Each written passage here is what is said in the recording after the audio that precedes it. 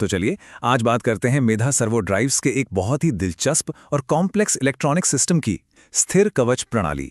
हम इसके अंदर झांक कर देखेंगे कि आखिर ये काम कैसे करता है। तो आज हम क्या क्या देखने वाले हैं। पहले तो सिस्टम का एक छोटा सा इंट्रोडक्शन लेंगे, फिर इसके सारे पुर्जों की पूरी लिस्ट देखेंगे, पावर और कम्युनिकेशन वाले हिस्सों को समझेंगे, फिर प्रोसेसिंग और इनपुट कार्ड्स पर आएंगे, इसकी बनावट को जानेंगे और आखिर में इसके सॉफ्टवेयर स्टैंडर्ड पर बात करेंगे।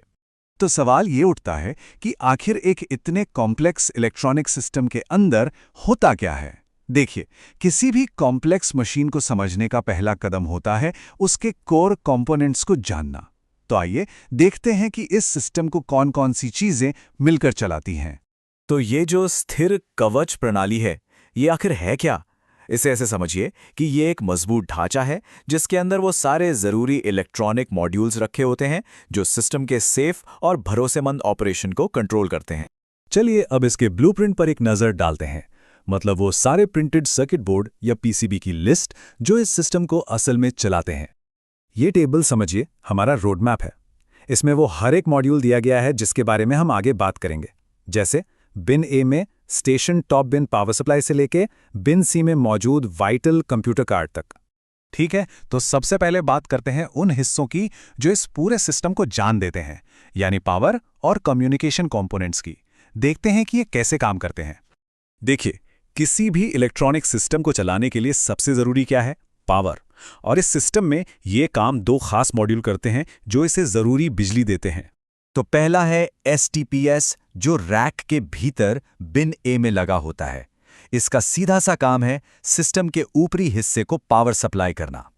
और फिर सिस्टम के निचले हिस्से को पावर देने के लिए है SVPS, जो बिन एच में होता है। इससे ये पक्का हो जाता है कि पूरे सिस्टम को एक स्टेबल और बैलेंस्ड पावर सप्लाई मिल रही है।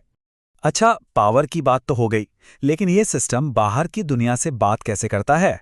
इसके लिए इसमें कुछ खास तरह के कार्ड्स इस्तेमाल होते हैं, जैसे कि ये MDM कार्ड। ये मॉडेम आधारित कम्युनिकेशन को संभालता है और दिलचस्प बात यह है कि इसका सेटअप यार्ड कॉन्फ़िगरेशन के हिसाब से बदला भी जा सकता है। मतलब जिस जगह पर सिस्टम लगा है उसकी ज़रूरतों के हिसाब से इसे एडजस्ट किया जा सकता है। और यहीं पर इस सिस्टम की फ्लेक्सिबिलिटी साफ दिखती है। देखिए, यहाँ दो अलग अलग कम्युनिकेशन इंटरफेस कार्ड हैं। एक है मल्टीमोड फाइबर ऑप्टिक्स के लिए और दूसरा है सिंगल मोड के लिए। मतलब अलग अलग नेटवर्किंग ज़रूरतों के हिसाब से इसे आसानी से ढाला जा सकता है। तो पावर और कम्युनिकेशन तो हमने देख लिया। अब बारी है उन मॉड्यूल्स की जो असल में सोचने, समझने और चीज़ों को याद रखने का काम करते हैं। अब इस सिस्टम के दिल में जो है वो है इसका मेन कंप्यूटर। इसे एक वाइटल कंपोनेंट कहा गया है, जिसका मतलब है कि ये सिस्टम की सेफ्टी और भरोसे के लिए बेहद ज़रूरी है। ये है वाइटल कंप्यूटर कार्ड या VCC। आसान भाषा में कहें तो ये सिस्टम का दिमाग है जो सारे ज़रूरी कैलकुलेशंस और फैसले लेता है। अब देखिए, दिमाग को फैसले लेने के लिए क्या चाहिए? एक तो जानकारी चाहिए और दूसरा जो कुछ हुआ है उसे याद रखने का कोई तरीका, है ना? बस यही काम करता है इवेंट लॉगर कार्ड। ये एक तरह का ब्लैक बॉक्स है जो सिस्टम में होने वाली हर एक हलचल, हर एक इवेंट को रिकॉर्ड कर लेता है ताकि बाद में उसका एनालिसिस किया जा सके और जानकारी इकट्ठा करने का काम करते हैं ये मास्टर वाइटल इनपुट और स्टैंडर्ड वाइटल इनपुट कार्ड। इन्हें सिस्टम की आंखें और कान समझिए, जो बाहर की दुनिया से सारा जरूरी डेटा इकट्ठा करके दिमाग तक यानी VCC तक पहुंचाते हैं। ठीक है, तो हमने सारे इलेक्ट्रॉनिक पुर्जे तो देख लिए हैं, पर सवाल यह है कि इन सबको एक साथ स्थिर कवच प्रणाली में फिट कैसे किया जाता है? इसकी बनावट कैसी है? देखिए, इसे बनाने का तरीका बड़ा सीधा और लॉजिकल है। एक सब रैक होता है जो सारे कार्ड्स को अपनी जगह पर रखता है। फिर एक मदरबोर्ड है जो इन सबको आपस में जोड़ता है। ये एक तरह से सिस्टम की रीढ़ की हड्डी है। इंटरकार्ड शील्डिंग इन नाजुक पुर्जों को बाहरी इंटरफेरेंस से बचाती है और एक रेडियो मॉडेम वायरलेस कम्युनिकेशन के लिए लगाया जाता है। और आखिर में एक बहुत ही ज़रूरी बात पर ध्यान देते हैं जो इस सिस्टम के डिज़ाइन का एक खास सिद्धांत बताती है।